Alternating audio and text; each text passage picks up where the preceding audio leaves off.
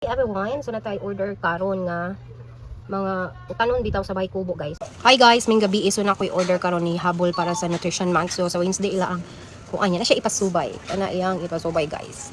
And then kung ani siya mga vegetables sa sa kanang Bahay Kubo bitaw. So 19 siya ka 18. 18 ka vegetables, di ka malain ano. So kanang asa man to? Di na lang nato isunod-sunod kay nalibog ko. So natay singkamas, talong, dayong sigarilyas, hindi ni sigarilyas no, kumukaon ani, sigarilyas o mani, natay 5 ka mani, 5 ka mani, and then after anak kanang sigarilyas mani, sa ni tawag ani something beans, and then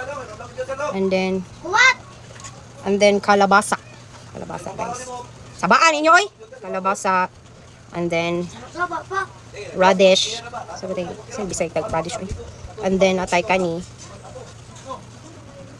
say tawag ani murag sikwa ba, and then upo yan ni upo upo nya, patula, and then mustard yung kanang string beans ana, and then atay patani, and then luya, and then natay sibuyas, and then onion ba? Garlic, onion, then luya. Yawas kong luya. Yan pa sesame seeds, guys. Sesame seeds. Kanya dayon. Natay tomato. Kamatis. Kumpleto na ba? Kumaro, kumpleto na siya, guys. Cute kayo ang kani. Onion. Garlic. Ang kani. Onion, no, guys, no? So, mo to siya, guys. Thank you. Bye-bye. Nara day siya basket. So, ibutan nyo na sa basket ang yung i-order kay kanya mga vegetables. So, again, see you. Bye-bye.